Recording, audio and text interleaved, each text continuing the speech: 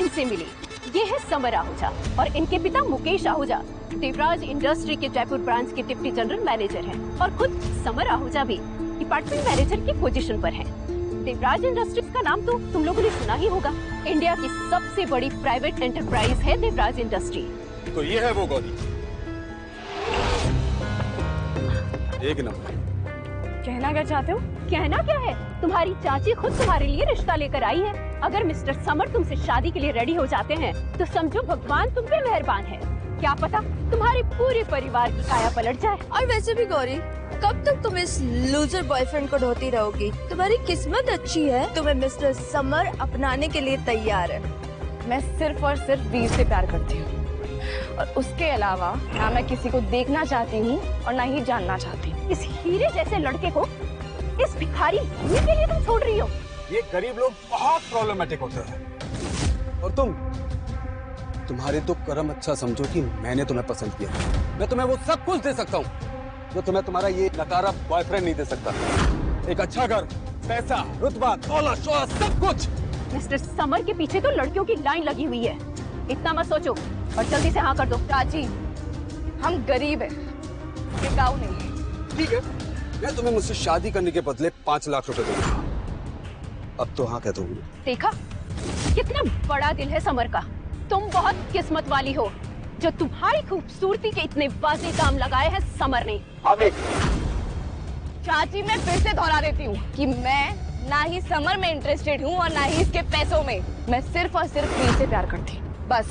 तुम्हारा दिमाग खराब है गौरी। इस भिखारी के लिए तुम समर का रिश्ता ठुकरा रही हो। अपनी हालत देखो, हालत।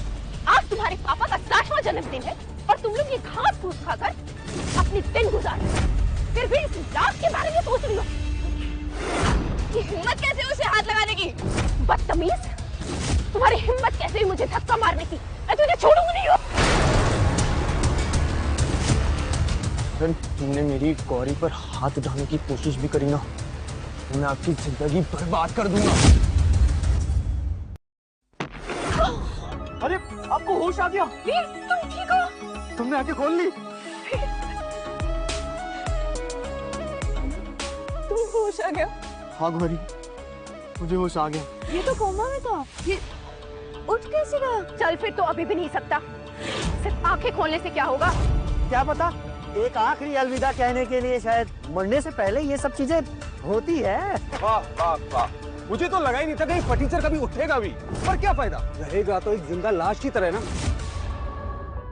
गौरी, तुमने मेरे लिए बहुत सहा है, मैं ये सब जानता हूँ। तुमने मेरे लिए बहुत कुर्बानियां दी है। मैं तुम्हारे लिए कुछ भी कर सकती हूँ और तुम ठीक हो गए ना, मेरे लिए बस यही मायने रखता है और कुछ भी नहीं। तुमने और तुम्हारी फैमिली ने मेरा बहुत ख्याल रखा है और इस एहसान को मैं जरूर चुकाऊंगा। और जिन्होंने तुम्हें परेशान किया है ना, उन्हें मैं ऐसी सजा दूंगा कि वो अगले 7 जन्म तक तुमसे डरेंगे। तुम हमें सजा दोगे? इतनी औकात है तुम्हारी? कौवा में जाने से पहले तो तुम निकम्मे थे, अब तो तुम पागल भी हो गए हो। जितनी बकवास करनी है ना अभी कर लो, इसके बाद मैं तुम्हें रोने का मौका भी नहीं दूंगा। लगता है 3 साल कोमा में रहने के बाद उसका दिमाग खराब हो गया है। सुन बे पागल, मैं तेरे ही सामने तेरी बंदी को उठाकर लेके जाऊंगा और दम है तो रोक के दिखा। गौरी, मुझे अपना फोन दो।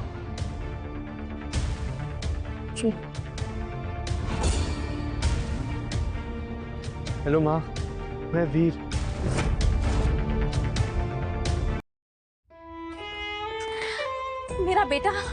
मेरा वीर मिल गया। मुबारक हो मैम, आखिर आपका बेटा आपको मिल गया। हेमा, जल्द से जल्द मेरी जयपुर जाने की तैयारी करो। मुझे अभी के अभी मेरे बच्चे से मिलना है। 3 सालों में उसने कितना कुछ सहा होगा ये मैं अंदाजा भी नहीं लगा सकती। शुक्र है उस भली लड़की का जिसने वीर का साथ दिया, वरना पता नहीं क्या हो जाता। मुझे जयपुर जाकर खुद उस लड़की का और उसके परिवार का शुक्रिया अदा करना है। यस मैम, मैं सारी अरेंजमेंट्स करवाती हूँ अभी।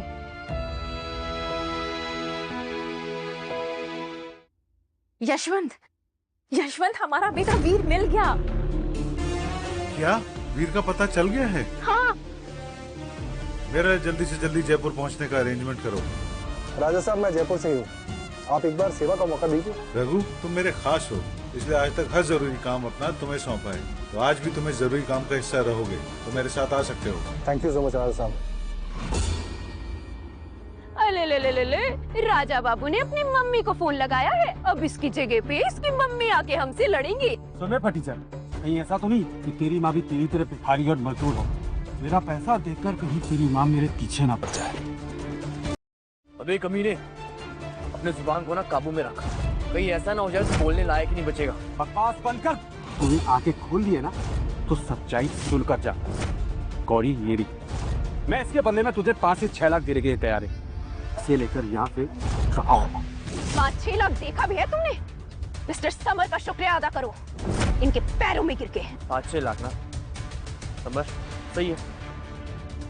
ये समर और उसका बाप देवराज इंडस्ट्रीज में काम करता है ना? अरे वाह, तुझ जैसे को भी मालूम है देवराज इंडस्ट्रीज के बारे में? हाँ, मिस्टर समर और इसके फादर देवराज इंडस्ट्री में अच्छे पोस्ट पे हैं और इनके फादर वाइस प्रेसिडेंट के पोस्ट पे है देवराज इंडस्ट्री में, और किसी की हिम्मत नहीं कि इनके फादर के आगे कुछ बोल सके। सही कहा, मेरे फादर वाइस प्रेसिडेंट है। अब समझ आया ना, तू मुझसे नहीं बढ़ सकता। हाँ, मैं तुझसे नहीं भिड़ सकता, क्योंकि तेरे जैसे को ना मैं अपने हाथ के मुट्ठी से ही मसल देता। Good evening sir. Good evening. Veer sir 3 साल बाद लौट रहे हैं। मैंने जो तुमसे गिफ्ट्स रेडी करने के लिए कहे थे, तुमने किए? जैसा आपने कहा था सारा इंतजाम कर दिया। गुड।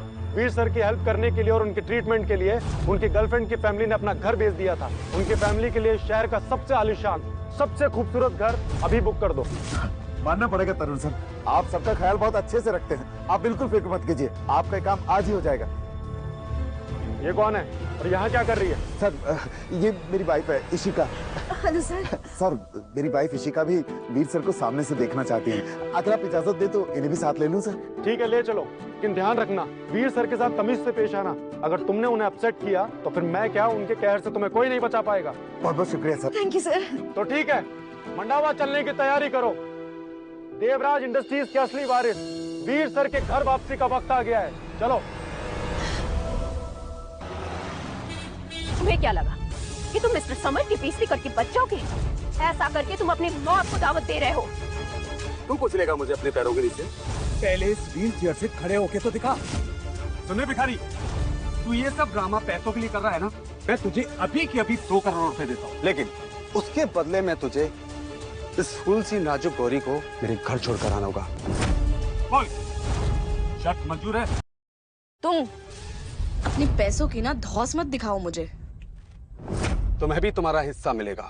तेरे हराम के पैसे ना नहीं चाहिए मुझे। क्या कहा? तुम्हारे लिए पैसे मायने नहीं रखते? सती सावित्री बनने का नाटक कर रही है तुम। तो जैसी 3600 लड़कियां देखी हैं मैंने, पहले अपनी इज्जत आबरू करके भोली बनने का नाटक करती हैं, और फिर हम जैसे रईस साधों के सामने कुत्तों की तरह दुम हिलाते हुए हमारे पैरों के तलबे चाटना शुरू कर देते। मैं समझ गया तेरी चाह। तुझे ये पैसे भी कम लग रहे हैं ना? ये कैसा रहेगा? ये जयपुर शहर के सबसे पॉश इलाका यानी ग्रैंड एस्टेट के सबसे महंगे विला के पेपर्स हैं, और साथ में 2 करोड़ रुपए भी। इतने पैसों में तो मैं 10 लड़कियों को अपनी उंगलियों पर नचा सकता हूँ, पर क्या करें, दिल तो तुम पर आया है। ये सब कुछ तुम्हारा हो सकता है। उसके बदले में तुम्हें मुझे आज रात को खुश करना।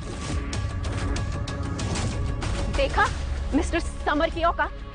तुम्हें क्या लगा कि तुम जैसे निकम्मे गौरी को ब्याह कर ले जाओगे? अरे अभी भी वक्त है, यहाँ से भाग जाओ, नहीं तो तुम्हारी इतनी बुरी हालत होगी कि तुम याद भी नहीं रख सकते अपने आप को। बस इतनी सी दौलत है तेरे पास और तू इस चिल्लर के बलबूते पे इतनी अकड़ दिखा रहा है। मैम, तरुण का मैसेज आया था। वो और मिस्टर आहूजा वीर सर को रिसीव करने के लिए निकल चुके हैं, और उन्होंने उस लड़की के परिवार वालों के लिए कुछ तोहफे भी तैयार करवाए हैं। सिंह फैमिली आम लोग हैं और उनका दिल बहुत बड़ा है। ऐसे नेक लोगों को मायूस नहीं करना चाहिए। हम वहाँ सिर्फ मेरे बेटे वीर को लेने नहीं, बल्कि वीर और गौरी के एंगेजमेंट की बात करने निकला। तो मेक श्योर सारे तोहफे इंडिया के हिसाब से, वो सारे गिफ्ट्स में अपने हाथों से अपने होने वाले बहू को दूँ। We must be well prepared. और हाँ, एंगेजमेंट की हिसाब से एक स्पेशल गिफ्ट भी तैयार करना। Yes ma'am. और कितना टाइम लगेगा? मैम 40 मिनट्स लगेंगे। हेमा, मुझे 20 मिनट में पहुंचना है किसी भी हालत में। Okay ma'am. हेलो मैम, को 20 मिनट्स में डेस्टिनेशन पर पहुंचना है। हमारे रास्ते के सारे ट्रैफिक क्लियर करवाओ। मुझे हंसी आती है तुझ पर। तू अपनी पूरी लाइफ में कुत्तों की तरह भी मेहनत करेगा ना तो भी इतने पैसे नहीं कमा पाएगा। बड़ी हंसी आ रही है ना तुझे समर? देख, जितना हंसना है उतना दिल खोल के हंस ले, क्योंकि अगले 1 मिनट बाद तू हंसने के लायक भी नहीं रहेगा। बेटा, लड़कियां बड़ी बड़ी बातों से नहीं पैसों से पड़ती हैं। अब तेरा ना मार खाने का वक्त आ गया है।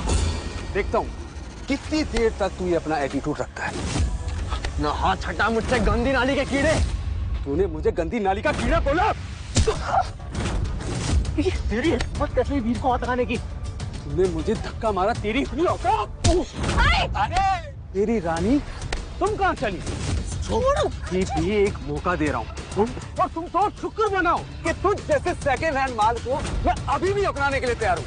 और नहीं, तुम तो यहाँ पे तमाशा करने में लगी हुई हो। अभी तेरे बॉयफ्रेंड पूरे परिवार के सामने तेरी इज्जत की ऐसी धज्जियां उड़ाता हूँ, वरना तेरी हड्डी पसली एक कर दूंगा।